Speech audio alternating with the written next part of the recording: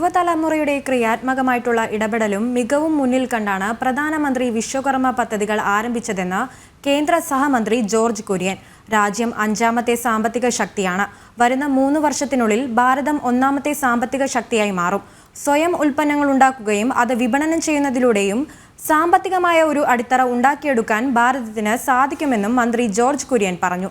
Kazhakkoottam national skill ഇൻസ്റ്റിറ്റ്യൂട്ടിലെ PM Vishwakarma വാർഷികാഘോഷം certificate വിതരണം നടത്തിക്കൊണ്ട് സംസാരിക്കുകയായിരുന്നു അദ്ദേഹം. ലോകത്തിലെ 5ാമത്തെ സാമ്പത്തിക ശക്തിയാണ്. അത് നമ്മൾ ആ ലക്ഷ്യം കൈവരിച്ചു കഴിഞ്ഞു. കഴിഞ്ഞ 2-3 വർഷം മുമ്പ് ആ ലക്ഷ്യം സാധിച്ചു.